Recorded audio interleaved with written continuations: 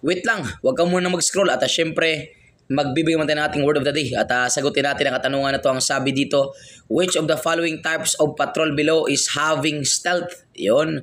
Ang tanong natin dito is kung ano ba yung types ng patrol sa baba, yung merong stealth natin. Ano ba yung stealth? So, tandaan natin, ang stealth natin class, ito yung pagkakataon na kung saan meron siyang secret way. Kumbaga, undetected siya. Yan, ano ba yung klase ng patrol dyan na kumbaga masasabi natin undetected? Kumbaga, hindi siya maingay.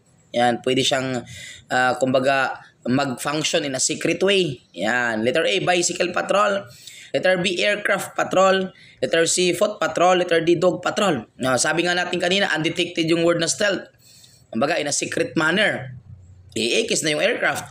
Kasi alam naman natin yung aircraft, may tunog talaga yan eh.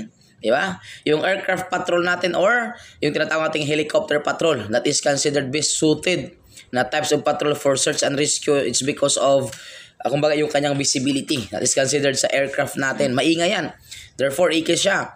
Yung ating dog patrol as well as siyempre paano pag tumunog yung aso, paano pag tumahol yung aso natin, diba? That is considered hindi din siya, wala din siyang stealth. So, ikis din siya. Ang dog patrol natin is kumbaga, mas best suited siya for the assistance naman sa search natin kasi nga, meron siyang keen sense of smell na 10 million times than the human being.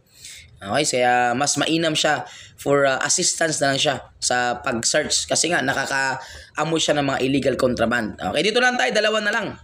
Bicycle tsaka foot patrol.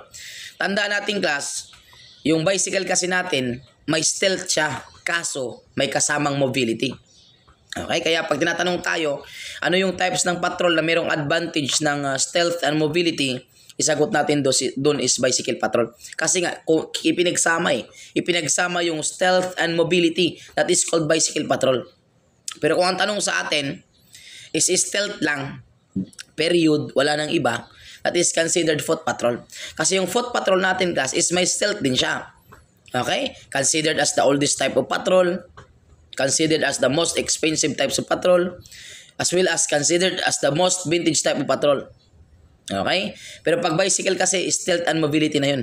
Pinagsama na. So paano? Yan lang muna sa ngayon. At syempre, ito pa din ang inyong lingkod, your Mr. Word of the Day, Emmanuel the Master Schumann, Villa Esther Blacalos, a CVRC, National Lecturer, and a Registered Criminologist. Sabi sa inyo na para pumasa sa board examination, kailangan natin ng baso siya at tsamba. Baso siya, basa, sulat, and share sa ng tsamba. Tiyaga, sipag, at manalangin bawat araw. Thank you so much. God bless you all.